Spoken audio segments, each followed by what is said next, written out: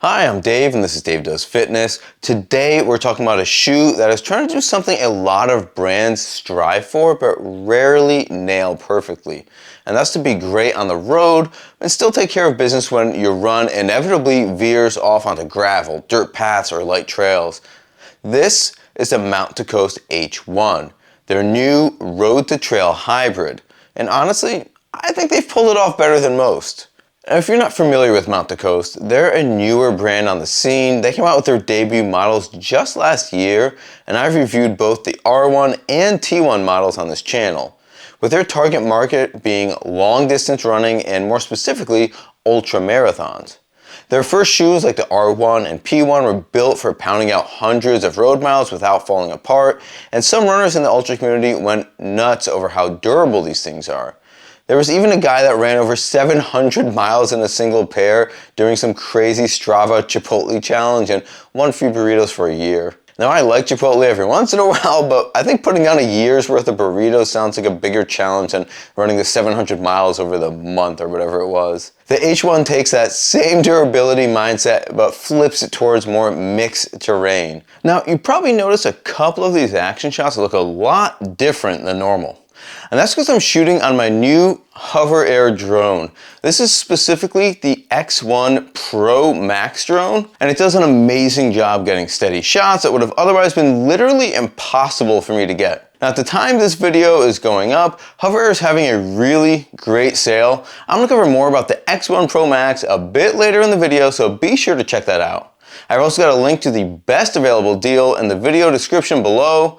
Alright, let's keep it moving and enjoy the nice action shots as we do. So jumping into the specs of the Mount to Trail H1, you're going to run $160 on the price here. They're going to weigh in at 8.5 ounces and a men's 9. You've got a 35mm heel stack, a 29mm forefoot, for a nice 6mm drop that feels nice and natural to me. That's kind of where I like to have my shoes, 5 or 6mm. The midsole on this is a circle cell foam, and this is interesting stuff. It's made from organic waste and biomass, which is, I guess it's nice from a sustainability point of view, but Mount to Coast also claims there's performance benefits, as they say this material bounces back like a PEBA foam while lasting almost twice as long. The outsole has their VersaGrip rubber with moderate lugs that aren't as aggressive as the lugs you'd find on a dedicated trail sneaker. And the upper has this cool dual zone design that has jacquard at the top, while the bottom is reinforced with aramid fibers.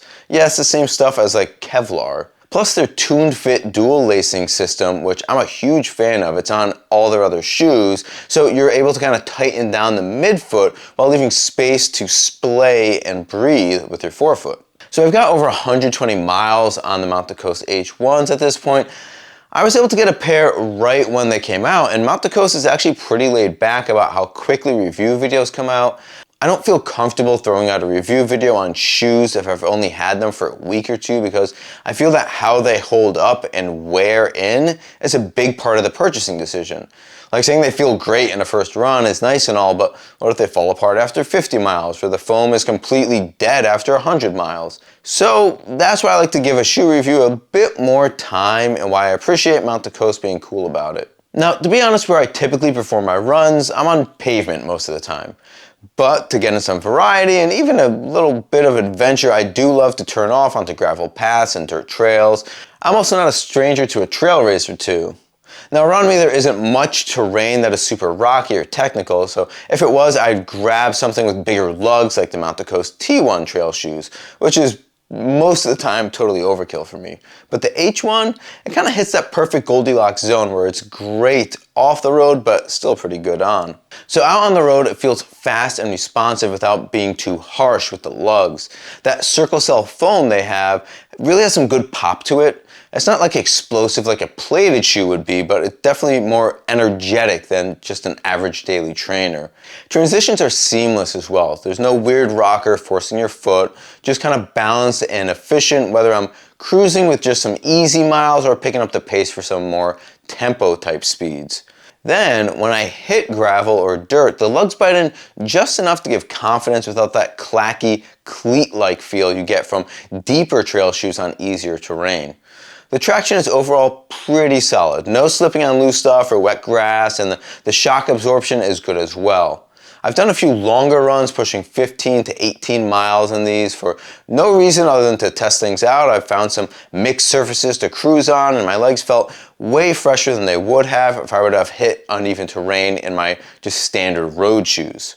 Now, fit-wise, the H1s run true to size for me. Having space in the forefoot is important to me, and the toe box is roomy enough that my feet don't feel crowded, and the dual lacing lets me lock down the midfoot so there's no sliding around at all. The upper is breathable but sturdy, and I never got any hot spots or blisters. The durability so far seems pretty solid, like all my other pairs of Mount Coast. I've got over 300 miles on my R1s, and they're feeling just fine. These H1s have around 120 miles on them at the time I'm recording this. Lots of road miles, some grass, dirt, and gravel as well, and the outsole looks in great shape. The foam still feels springy and hasn't gotten packed down at all, so if these hold up like their road shoes do, I should hopefully be able to get up to 500 or even 600 miles out of these. Now, I've talked in a past video about building a sneaker rotation, kind of starting with a daily trainer and just building from there, getting race shoes or trail shoes or what have you. Well, the H1 kind of gives you this great benefit of being able to handle most trail running, but also being able to perform on the pavement as well. It kind of negates the need for a dedicated trail shoe unless you're just living on the trails, and that's really all you do, and hitting some really challenging terrain.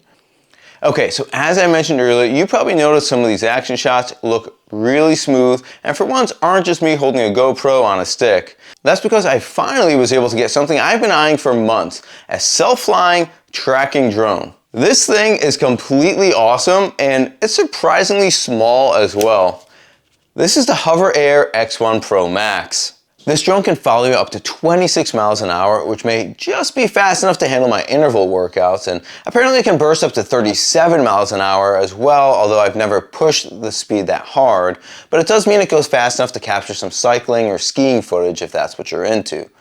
The X1 Pro Max can capture steady footage from a bunch of different angles. It features a bunch of different auto flight modes, lets you easily add route, speed, and distance data when you export and want to share the footage that you've captured. The package that I got from HoverAir comes with a beacon, which has an OLED display for real-time footage monitoring, and co-pilot control lets you take over at any time to adjust your direction or angle. So even though you can control the drone with your phone, you can also snap together the controller like this and not worry about being phone dependent. So as you can maybe guess by now, I've got zero experience piloting drones, and to be honest, I was pretty nervous getting this thing in the air for the first time. But for one thing, the X1 Pro Max has these super durable cages around the propellers. They call the material HEM for hyper elastic material, and they even give you some to try and break, which, well, I didn't, but you can feel comfortable knowing it can take a bump or two. But the real reason it's good for even beginners is that there are so many auto modes, and the focus of the drone is to just follow you as you move. It's like your own flying action camera. I just palm launch it, pick follow or orbit or whatever, and it just nails the shot. That's how I got this smooth tracking while hammering intervals. I can do a cool vertical liftoff shot. I can get hover shots floating alongside me on the road, or even a full 360 spin that looks pretty pro level. The battery life is solid and rated for 15 minutes of flight per charge, and you can get an extra battery for it as well with the dual chargers. You can get them both charged up. When you're done, it folds up pretty small and it weighs really next to nothing. Since this thing shoots in up to 8K, it means the footage stays sharp even if you want to crop in and kind of get the shot you want out of that. I do try to film in 4K, a slightly lower resolution, so I can get up to 120 FPS and really see some nice slow-mo action so I can look absolutely epic. So if you're a content creator and want to ditch the selfie stick, or you just want to shoot some epic movie clips without begging a friend to film you, this thing is an absolute game changer. The Pro model starts at $499, the Pro Max starts at $699, and you can get assorted bundles with cases, controllers, extra batteries, and whatever else to figure out for your best setup for your use case. I know they're currently doing some great holiday deals, so be sure to check out if their prices are currently better than what I just mentioned as a list price. I'll have links in the description for both the Mount Coast H1 and the HoverAir X1 Pro Max. Using those may support the channel, but of course they will cost you absolutely nothing. So yeah, that's why I look so awesome in this video, and hopefully in many videos going forwards. But anyways, back to the shoes now. The H1 has quickly become my go-to shoe when I'm gonna hit the trails, or I just don't know exactly where the run will take me. I recently did some traveling. I wasn't sure what kind of terrain I was gonna be on. So what did I make sure to reach for when I can only fit one pair in my luggage? The H1s. The H1 is versatile, durable, fun to run in, and that sustainable foam actually performs really well. Mount to Coast is onto something here, and this is a solid addition to their lineup. So what do you think? Have you tried the Mount to Coast H1 yet? Or, well, any Mount to Coast shoes for that matter? Is a true road to trail hybrid something that you've actually been looking for, or do you prefer having dedicated road and trail pairs? Drop your thoughts below. I'm curious if these live up to the hype for you guys as well. As always, I'm Dave and this is Dave Does Fitness. Have an awesome day and stay fit.